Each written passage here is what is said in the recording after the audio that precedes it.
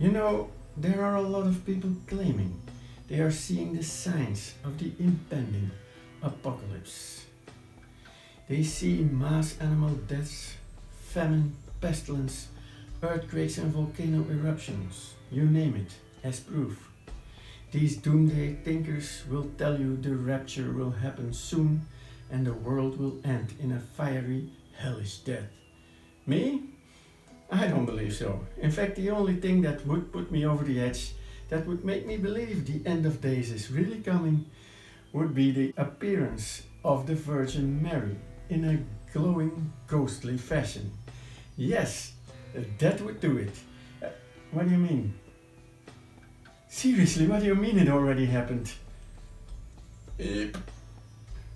I am your host Raphael, and thanks for watching. This is the series where I tell you a story, its subsequent theories and explanations, and then I let you make up your mind. If you like the weird, the wonderful, the creepy and the mysterious, you might want to subscribe and click the little bell to receive notifications.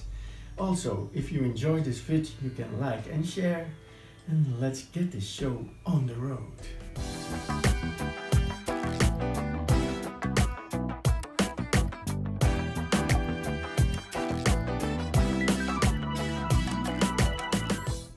St. Mary Coptic Church in Zeitoun, close to Cairo, Egypt, is revered as one of the locations the Holy Family stayed during their flight to Egypt.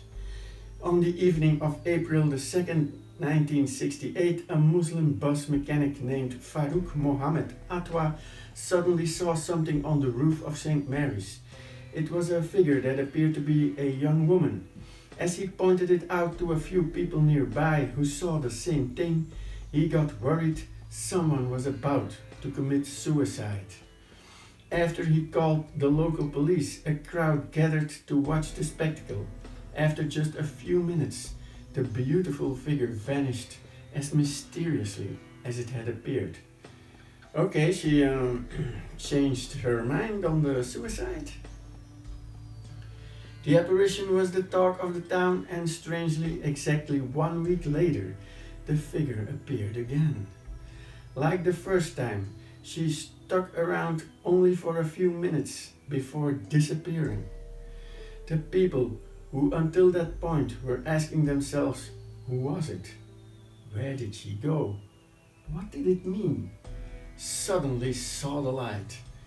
Yeah, and quite literally too. Suddenly knew it was the Blessed Virgin Mary. After that, she appeared more frequently, sometimes for hours at a time, sometimes bowing toward the cross on the church or blessing those watching on the streets below, and sometimes accompanied by what some said were doves of light. Huge crowds flocked to see her.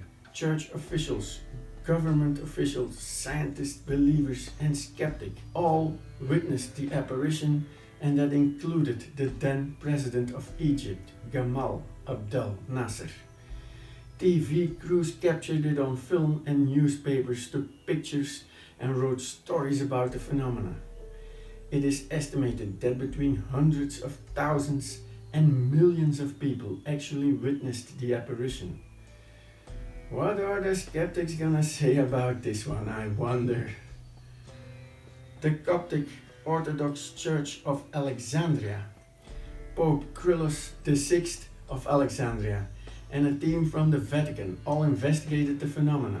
Since it was a Coptic church, the Catholics left it to their officials to make a ruling.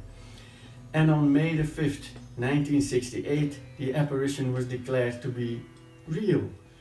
But it doesn't end there, because Egyptian government did its own investigation and amazingly accepted the apparition to be real as well.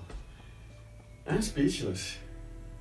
Cynthia Nelson, a professor of anthropology at the American University in Cairo, visited the church site on several occasions and documents seeing nothing other than a few intermittent flashes of light. She suggests that the sightings must be considered in a context, as they came at a period of crisis in Egyptian history and served as a beacon of peace and unity to Egyptians of every creed. Other skeptics add that fanatic religious witnesses seeing their favorite saints in vague and ambiguous light patterns is an example of pareidolia, perceiving a familiar pattern where none exists, or in other words, they saw what they wanted to see. And skeptics see the world as they want to see it. A boring rock where nothing mysterious ever happens and anything they didn't see doesn't exist. Sociologists Robert Bartholomew and Eric Good add to the previous that this is a typical case of mass hysteria. The Marian observers were predisposed by religious background and social expectation to interpreting the lights as the Virgin Mary.